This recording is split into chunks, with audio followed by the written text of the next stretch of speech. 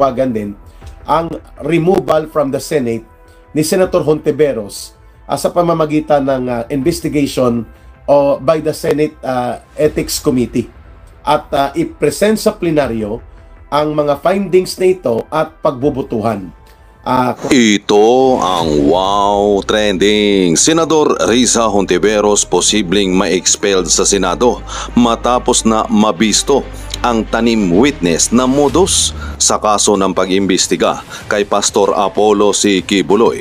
Lumabas si alias Rene sa investigasyon ng Senado para idiin si Pastor Apollo at idinawit pa ni alias Rene sila si former President Rodrigo Roa Duterte at Vice President Sara Duterte.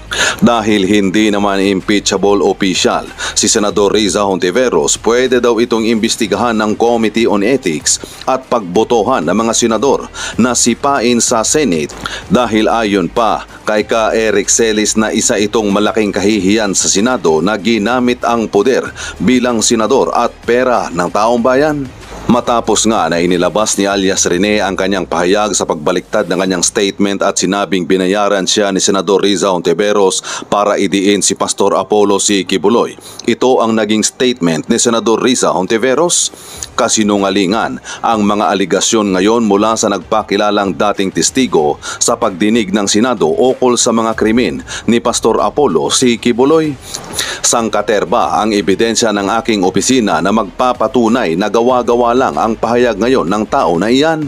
All witnesses presented during Quiboloy Senate hearings freely and voluntarily offered their testimonies and the evidence they carried. Lahat ng iyan ay may paper trail and readily corroborated by multiple agencies and officials. Handa rin kaming ilabas ang iba't ibang screenshot ng video sa tamang panahon. Pero komento pa ng mga netizen na kailangang imbestigahan yan si Hontiveros na yan. Saan siya kumuha ng pambayad sa tanim na witness? Kailangang kasuhan yan at pakulong sa paninira ng puri at tanggalin yan sa pwesto. Dapat po talagang maalis yan sa pagkasenadora dahil siya mismo ang sumira sa credibility niya na pagka napatunayan ang akusasyon na yan. Dapat mga imbestigahan nila yan sa Senado para lumabas ang katotohanan. Huwag ipawalang bahala dahil baka pamarisan ng iba. Ang senador na mapagkunwari at mapagbalat kayo noon pa man pero mukhang mahina ang komprehensyon ng mga kanyang supporters. Yes, dapat na matanggal yan si Hontiveros kasi ini-enjoy ni Hontiveros ang ginagawa niya, hindi na maganda. Lagi siyang nagtatagumpay sa kalokohan niya. Dapat kay Risa Hontiveros dalhin sa psychiatrist at i-overhaul ang ulo niya. Makita kung may depekto ang utak, mukhang wala na di umano sa matinong pag-iisip. Dapat may mag-file ng complaint sa Senate Ethics Committee para may gugulong na investigasyon. Hindi naman yan gagalaw ang mga kasama niya kapag walang magrereklamo. Pagpanawagan lang, wala yang mangyayari kay manhid ang mga yan sa mga kasamaang ginagawa nila. Gamit ang kanilang posisyon, may dugong CPP, NPA, NDF. Kaya yan, minabuti natin na talakayin pa rin ito sa ating pangalawang pagkakataon sa live natin, US and Universe, no? Tapos may nandyan si Mina Alberto from New York, and gustuhin man natin sir na matanggal si Risa, mukhang di magaganap ang gusto natin kasi parang sila ang batas. Kung ano ang gusto nila, yun ang mangyayari. May punto ka rin pero hindi po tayo dapat mawala ng pag-asa.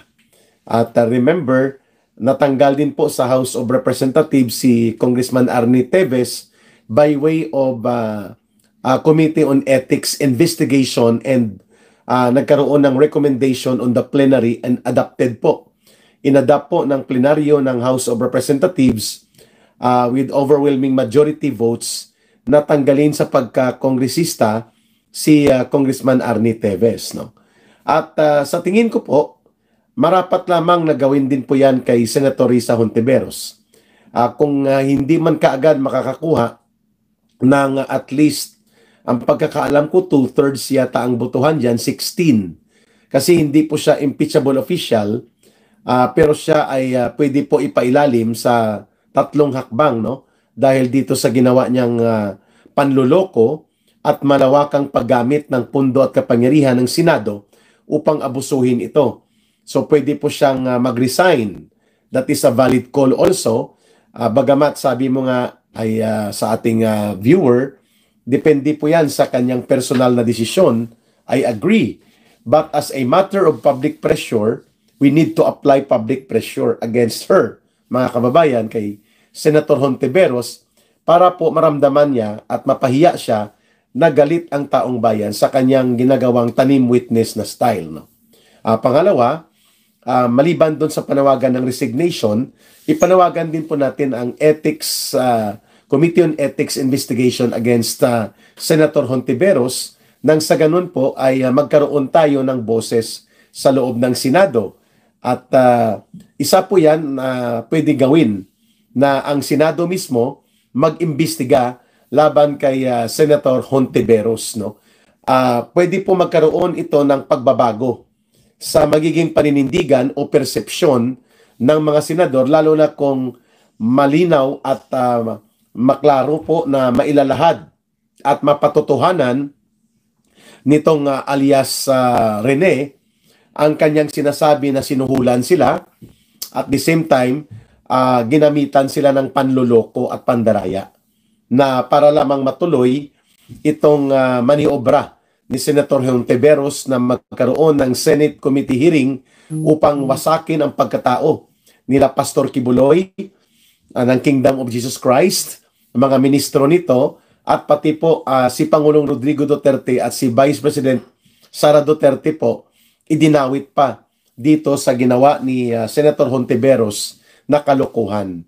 So pwede pong manawagan ang taong bayan ng resignation against kay Senator Hontiveros bilang panawagan ng public pressure that is well within the authority and sovereign mandate of the people na bawiin ang ating pagkilala sa kanya bilang senador by calling for her resignation. Number 2, ipanawagan natin na dapat ang Senate Committee on Ethics ay magpasailalim po kay Senator Hontiveros sa investigasyon, ipatawag po ang mga naging tanim witness niya, hindi lang yata si alias Rene ang lumalantad ngayon. I have come to know na may iba pa na gustong lumantad na sinuhulan, ginamitan ng panloloko at pandaraya ni Senator Hontiveros para magkaroon siya ng mga tanim witnesses para mawasak niya ang dignidad ng isang religious leader at ng isang religious organization, at hindi lang siya nakontento, idinamay pa niya pati si Pangulong Rodrigo Duterte at si Vice President Sara Duterte. So maliban sa resignation, pwede pong ipanawagan din ang removal from the Senate ni Senator Hontiveros sa pamamagitan ng investigation by the Senate Ethics Committee, at i-present sa plenaryo ang mga findings na ito at pagbubutuhan. Kung ito ba ay pwedeng simple majority, kung pwede ba 2/3, no? Kasi hindi ito impeachable official si Hontiveros, pero kailangan pong disiplinahin siya. At under the rules, ang may karapatan magdisiplina sa kanya ay ang Senado kung hindi siya mag-resign. At pwede po siyang tanggalin at i-remove as member of the Senate on the ground na nilabag niya ang rules hinggil po sa pagsasagawa ng matuwid at may tamang batayan legal at makatarungan na committee hearing at mga investigation procedure in the performance of the Senate ng kanyang oversight function. Definitely po inabuso niya yan. At pangatlo po, dapat kasuhan din siya sa ombudsman, mga kababayan, upang mapanagot siya dito sa tampering of witnesses, pati na po sa violation sa Code of Ethical Standards and Professional Conduct ng isang public official. So pwede pong mga course of action yan. Sapagkat ito po ay inuulit ko, there is a pattern and propensity on the part of Senator Hontiveros na ginagamit niya ang impluwensya, pundo, poder at kapangyarihan upang manloko ng mga witnesses, no? Because this is not the first time na na-involve siya sa tanim witnesses sa kanyang pagkatao mismo, no? Bantoya Edgar. Ito din po ang itinuturo sa kanya na ginawa niya ng mabuking po ni former Senator, the late Miriam Defensor Santiago, ang pandaraya sa mga witnesses at mga dokumento nila hinggil po kay Chief Justice Corona sa panahon po ng administrasyon ni Noynoy Aquino. So isa po yan sa dapat nating tingnan kung papaano po nagiging abusado itong komitiba na nahahawakan ni Hontiveros. At ganoon din po ang sinasabi ni Atty. Topacio na there is a pattern and propensity in the conduct of tampering of witnesses on the part of Senator Hontiveros. So I hope po yung tatlong courses of action na pwede pong pasukan ng ating mga kababayan ay pwede pong yan ang ating magiging panawagan. No? Una, pwede pong manawagan ng immediate resignation ni Senator Hontiveros on the ground na very damning, no, very revolting itong ginawa niyang pandaraya, panloloko ng mga witnesses at paggamit ng panunuhol. Lamang mawasak po ang pagkatao at integridad ni Pastor Kibuloy at ng mga religious organization sa ilalim nito, at dinamay pa po na tinawag niyang kriminal na sindikato sina Pangulong Duterte at sina Vice President Sara Duterte na iniuugnay niya sa kanyang storyline na tungkol po sa kay Pastor Kibuloy na pinapalabas niya na mga sindikato ang mga taong ito. So para masustain niya ito, nagbayad pala siya ng mga witnesses. And these are not strange na mga practices na ginagawa talaga pala ni Senator Hontiveros even before pa siya maging senador. At yan ay nakakabahala sapagkat we have a Senator of the Republic of the Philippines na nag-i-engage sa modus operandi ng tanim witnesses sa pamamagitan po ng panloloko, pandaraya at mga panunuhol, which are all immoral and illegal, na dapat po ito ay aksyonan ng Senado. Okay? Sa nagtatanong po kung ano ang political orientation nito ni Hontiveros at ng grupong Akbayan. Ang grupong Akbayan po ay separate po at hindi sila pareho ng grupong Anak Bayan. Ang Akbayan po ay hilaw na mga komunista. Mga rejectionist group po ito na tumiwalag at itiniwalag din po ng CPP, NPA, NDF noong mga maagang bahagi ng dekada 1990, no, mga dekada 90. Dahil po sa kanilang ideological difference at sa kanilang hindi na pagsuporta sa pamumuno noon ni Joe Masison. But before po ang Akbayan tumiwalag o itiniwalag ito sa CPP, NPA, NDF, si Risa Hontiveros po ay hindi naman talaga bahagi formally ng CPP, NPA, NDF. Siya po ay SOCDEM, Social Democrat. Naniniwala sa sosyalismo pero hindi sila handa na magbuo ng New People's Army. Yan po ang SOCDEM.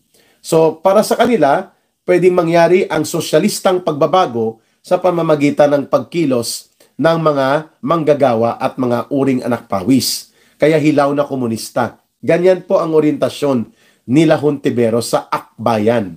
No? Sa mga anak bayan po, ito ay extension naman ng CPP, NPA, NDF para po magpabagsak sa gobyerno at sila ay sumusuporta doon sa armadong pagkilos ng New People's Army. Yan. Pero sa isang pagkakataon po, nagkakaroon sila ng tinatawag na tactical alliance. Ibig sabihin po, sa common agenda, pwede magsama-sama itong mga hilaw na komunista, itong mga mababangis na mga desperadong urban operatives ng Communist Terrorist Organization, ng CPP, NPA, NDF, and then mga yellow submarines na grupo po ng mga pink lawan-dilawan zombies. Sa isang pagkakataon, bagamat magkakaiba po ang kanilang ideological and political perspective, may common agenda sila sa pagkakaroon ng common enemy. And that is to demolish and destroy the Duterte political group. So klaro na tayo ha. Kahit hindi siya komunista, nakikipag-anib siya sa mga komunistang terorista. That is correct, no? Cecilia Moncada. Ganyan nga po ang ginagawa ni Senator Hontiveros. Okay.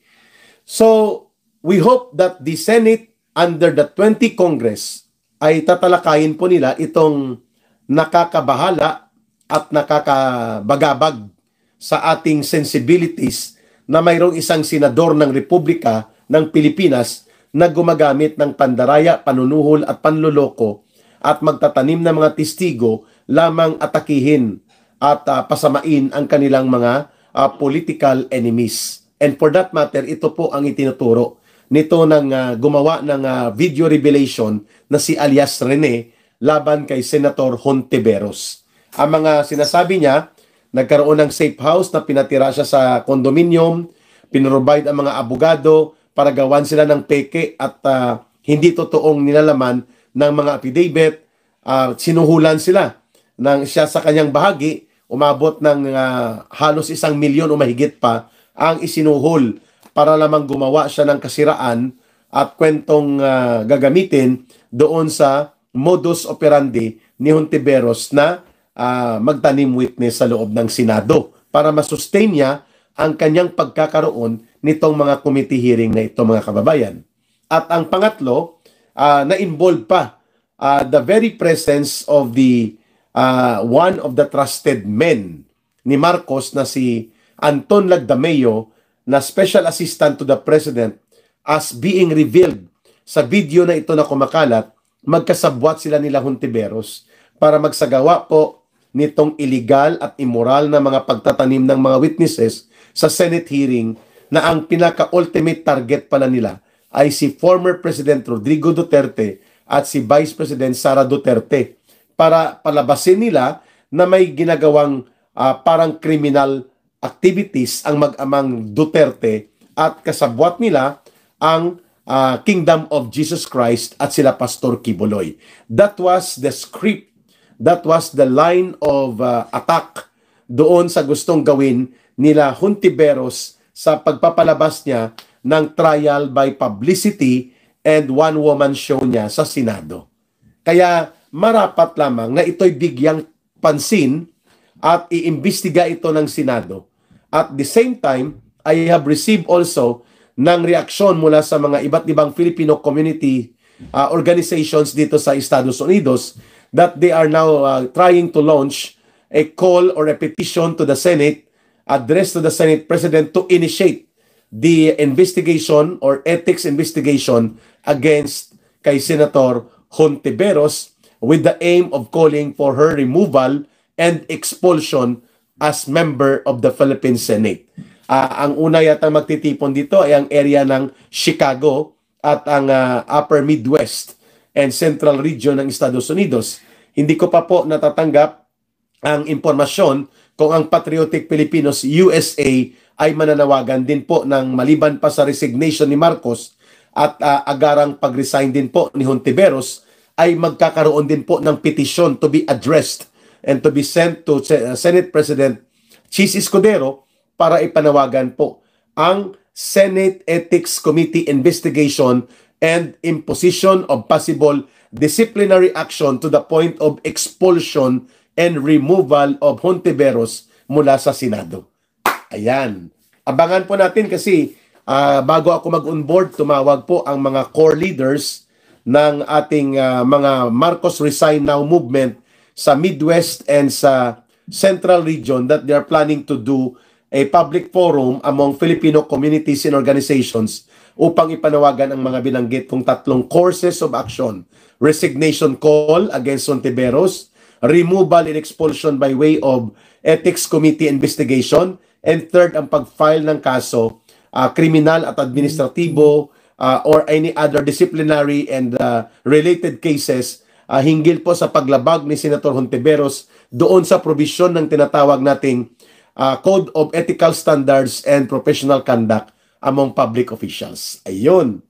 So, abangan po natin kung ito po ay mag-prosper na itatalakayin po ito because I believe that there will be other revelations. Hindi lamang po ito kay alias Rene upang ipakita na there is really a premeditated, planado, pinonduhan at pinaghandaan nila Marcos at Romualdez, kasama pala ito sila Hontiveros at mga kalyado nilang mga communist terrorist group na magtanim witness, tanim complainants, and most likely pati po ang ginawa nilang investigation ay puro po bogus na investigasyon din. At kung kaya, ang niloloko dito ni Hontiveros ay hindi lamang ang Senate as an institution of democratic rights of the people, kundi niloloko niya mismo ang taong bayan. Kaya po, marapat lamang na ipanawagan na siya ipatalsikin na i-remove sa bilang miyembro ng Senado. Okay. Puntahan din po natin mga kababayan, itong biglaan na pagpihit ng desisyon ng ICC Panel of Prosecutors mula doon sa naunang pahayag ng Lead Defense Counsel po ni Pangulong Duterte na si Attorney Kaufman na there was a back channel talk or informal indirect talk between the legal defense team of former President Duterte and the ICC Panel of Prosecutors that sakali pong ihain ang petisyon requesting for the interim or conditional release of former President Duterte from detention, hindi na po mag-oppose itong grupo ng mga prosecutors. Pero hindi pa po umabot ng 2 linggo na nakabinbin ang petisyon na ito at yung pahayag na yon ni Attorney Kaufman, nag-wild na po ang CPP, NPA, NDF na mga urban operatives. Kagaya po nila Cristina Conte at na mga grupo nila, at pumunta po sila at gumawa ng mga sulat at representasyon na tumututol sila dahil delikado daw na palalabasin si Pangulong Duterte in spite of the fact na sa kanyang edad ay halos kailangan na niya ng regular na medical and health monitoring system para hindi po siya magkaroon ng malubhang karamdaman sa loob ng kanyang pagkakapiit o ng kanyang incarceration.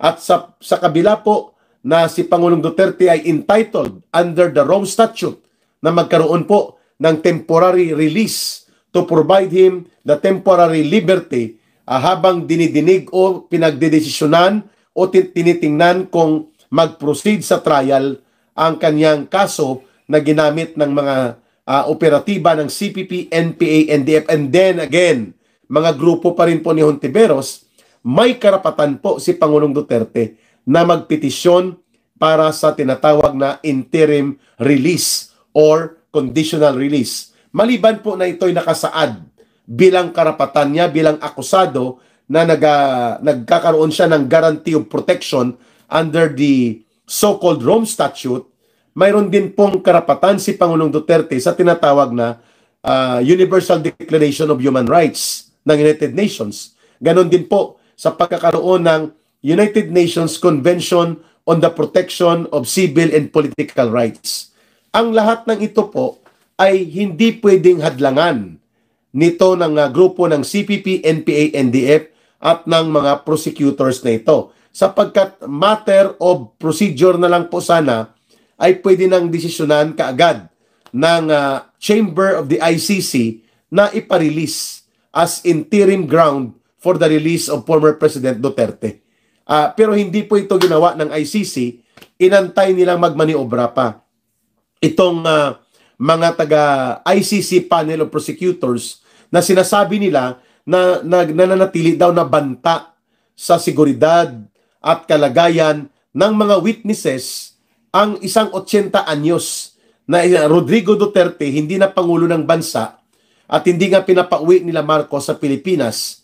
Paano magiging banta sa buhay nitong mga sinasabi nila na mga witnesses and complainants sa kaso na crimes against humanity, hindi nga makauwi si Pangulong Duterte sa Pilipinas right now dahil hindi man sinasabi, pero the actions of Marcos government right now speak so clearly na hindi nila papayagan ang muling panunumbalik physically ni Pangulong Duterte sa Pilipinas sapagkat takot na takot sila.